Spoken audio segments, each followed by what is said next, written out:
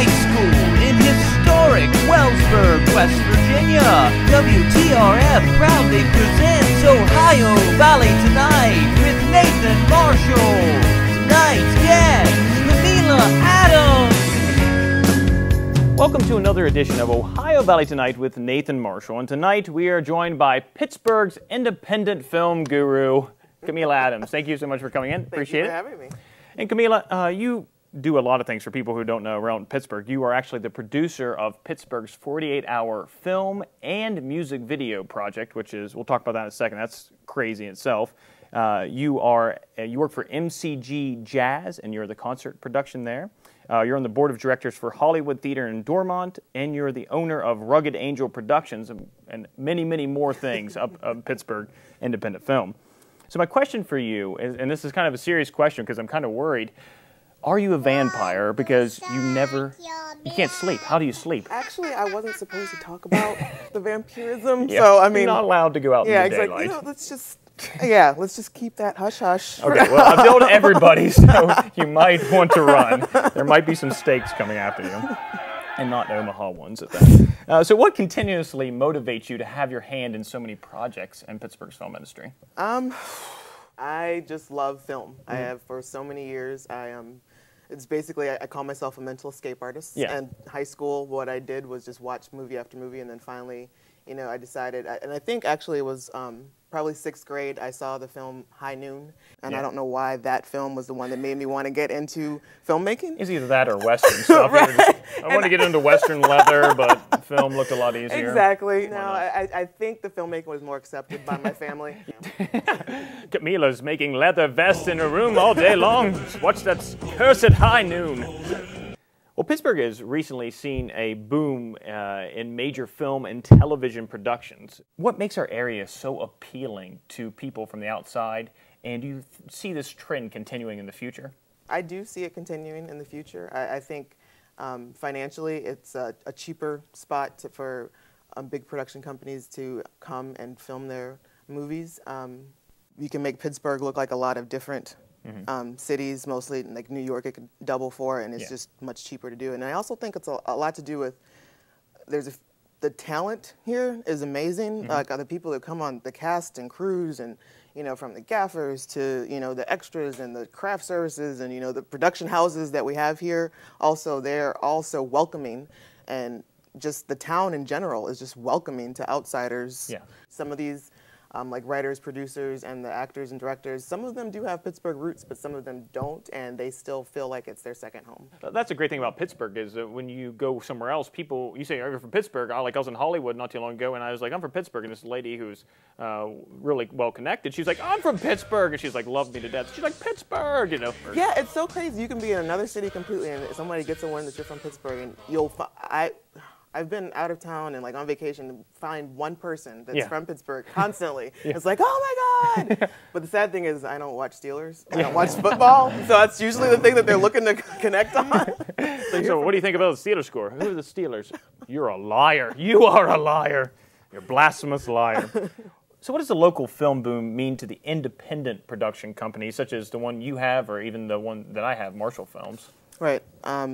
There's a lot more resources in terms of funding. You might be able to find somebody outside of the Pittsburgh area that's come in to do one of their productions here to help with funding or help you with other connections that you might need in other states. And it's all about networking, about who you know, what web you can weave, and who can pull from here and here, because you can't do it all yourself. You go crazy. Yeah, I guess so. Yeah. Well, I love when people try to do it all themselves, and I've been guilty of this myself. Then you look at the credits at the end of a movie, and you're like, there's like 700 people. Right? Why did I do this all myself? In this business, you cannot be afraid to talk to people. You have to make sure you get out there and just talk yourself up, promote yourself, and network the heck out of what you're doing. Yeah, if you're networking with people, you can't be like, I guess, Saddam Hussein bunkered up in a hole and saying, I'm not going to talk to anybody, I'm just going to become a famous film producer.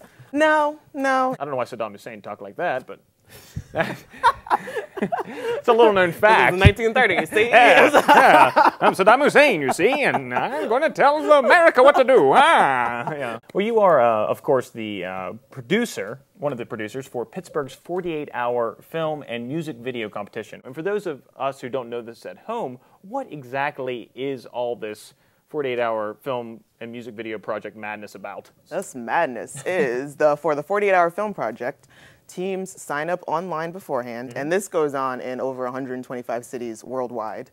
And each city gets their own weekend. And on that Friday, the teams get together in their city, and they get assigned a genre, a line of dialogue, a prop, and a character. And then they have 48 hours to make their 4 to 7 minute film. Oh my goodness. And then we're sending them off at like 6 p.m. on that Friday. On that Sunday, by 6 p.m., everybody comes back with their film, a little weary. Oh, worse for the wear.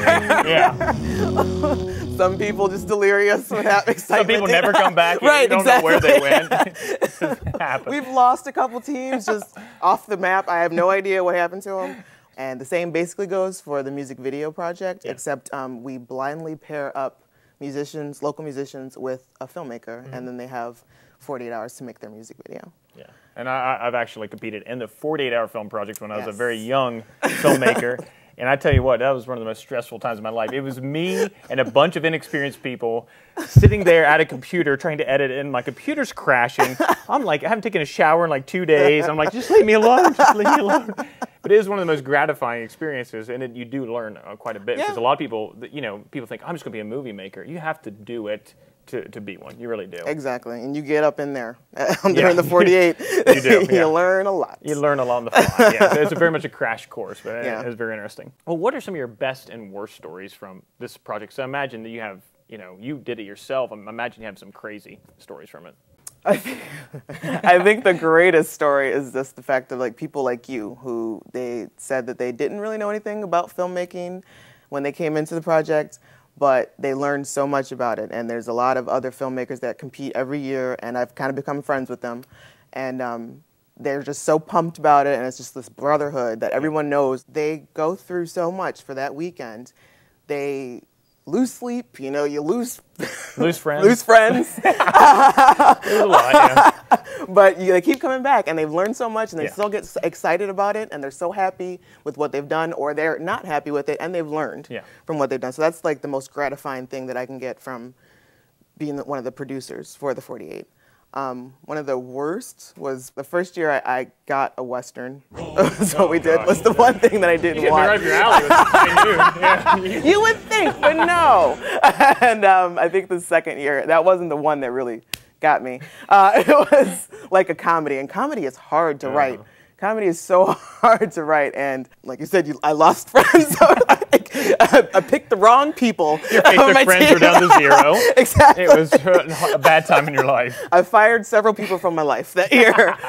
One of the things about people that have an interest in something is that they always want to know, can they take that interest and turn it into a lucrative profession? And one of my former students, actually, he's stopped by today, and he has our student question today, and that's Jaymes Kelly, and he says this. As a person who is interested in being an independent filmmaker myself or working full-time in film and television, what are some of the steps that I should take to reaching my goal? That's very interesting, because a lot of people just think that you can pick up a camera and you are golden, but it's not true. There's a lot of different things that go into that. Correct. I would say that's definitely not it. First and foremost, you got to make sure networking, talk to people, talk to any and everybody that has something to do. I mean, I'm not saying, everybody who says they're a filmmaker. Yeah. If someone's inviting you to their basement and says, I'm a film producer, come down here, we'll make some films.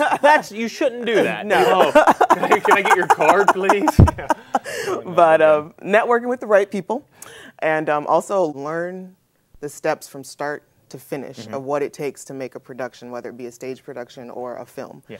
Because the most important thing is to make sure that you know every aspect, some way, shape, or form, so you know what to focus on and what you want to hone in on and what you want to perfect and be the best at. Well, again, we've been joined tonight by Pittsburgh filmmaker Kahmeela Adams. Thank you so much, Kahmeela, for coming in. And you can learn more about filmmaking, Kahmeela, or, of course, the 48-Hour Film Project by visiting www.48hourfilm.com. And I also want to congratulate Kahmeela on an award. She won the new Pittsburgh Courier Fab 40. And if there's anybody that's fab, it's definitely Kahmeela. So congratulations on that. Thank you. And for Ohio Valley Tonite, this has been Nathan Marshall.